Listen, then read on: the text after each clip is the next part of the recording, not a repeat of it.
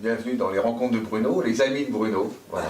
On se connaît depuis pas mal d'années. Oui, pas mal une trentaine d'années maintenant. Et donc, moi, je vais voir mes amis qui aussi ont une passion. Alors, voilà. Toi, ta passion, on est ici dans la caverne d'Ali Baba. Tu as une collection extraordinaire d'objets de marine, de jouets. Ça a commencé comment? Alors, ça a commencé à l'adolescence, mais pas dans la marine, pour tout ce qui était vieillerie d'une manière générale. J'étais attiré par tout ce qui était brocante. Donc j'ai commencé, quand j'étais en vacances chez mes grands-parents, aux Emmaüs, à Champigny-sur-Marne. Voilà. Ah oui. J'ai même croisé à plusieurs reprises l'abbé Pierre, qui sortait de sa filaude, l'ancien bâtiment de l'armée américaine. Oui. Je ne l'abordais pas, mais je le voyais avec sa soutane dans la bouillasse. Là, voilà. Et puis j'ai commencé à chiner dans ces endroits-là. Et puis arrivé en Bretagne, il y a maintenant une cinquantaine d'années, le temps passe, je me suis un peu spécialisé dans tout ce qui était maritime, parce que ça me faisait rêver. Bon, j'avais une profession qui... J'étais marin. J'étais dans la marine nationale. Dans la marine nationale. Et donc, je me suis spécialisé un peu dans tout ce qui était curiosité d'une manière générale. Voilà.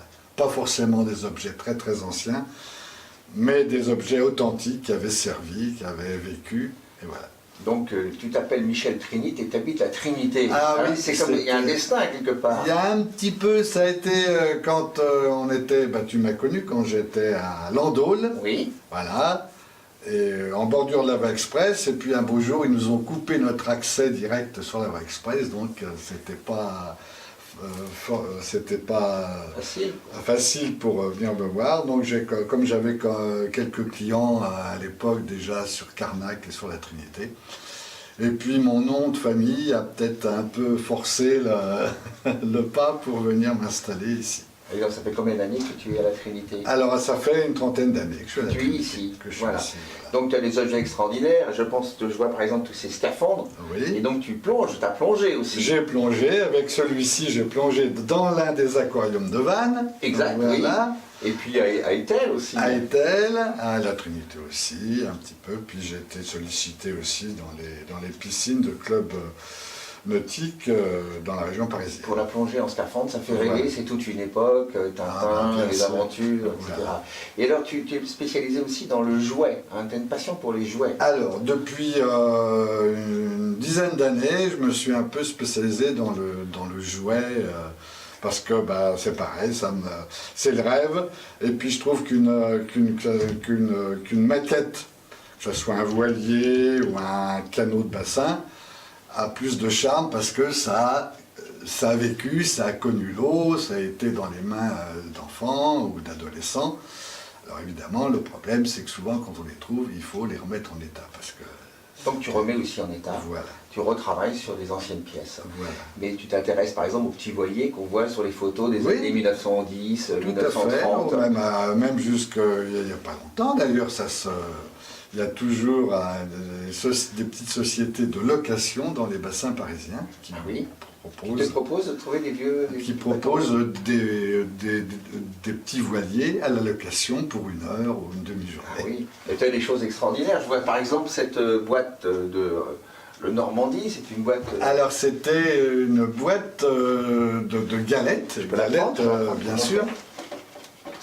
Les galettes Saint-Michel. Voilà. Oula, il y a plein de pièces ici. Ah ouais. Alors. Donc c'était une boîte de gâteaux. Oui. Voilà. Ah oui, galette Saint-Michel. Marqué galette Saint-Michel.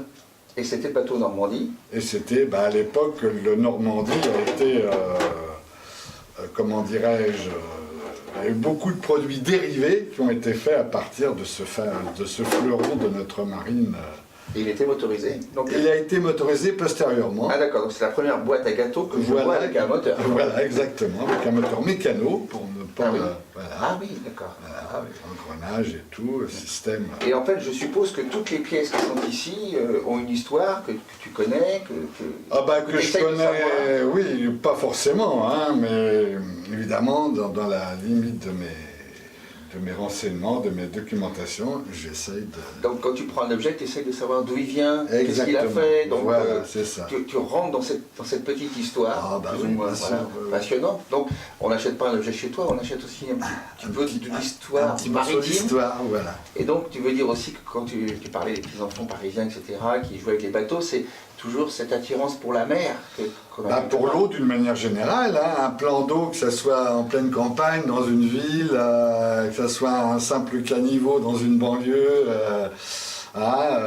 c'est attirant.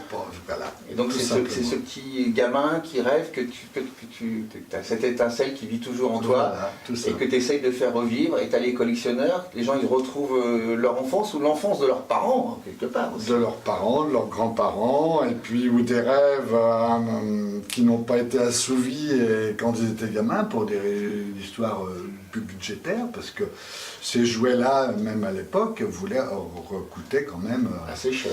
assez cher. Et ici, on en a pour tous les prix en fait, ça dépend de ce qu'on Oui, cherche, oui, etc. oui, oui. Ah oui, ça va de la petite, du petit voilier du petit canot de baignoire à 10 € jusqu'à un modèle qui avait été fait par un maquettiste célèbre dans la famille, gérait la location des voiliers sur le Luxembourg, au bassin du Luxembourg. pardon. Ah oui. Donc écoute, c'est une visite formidable.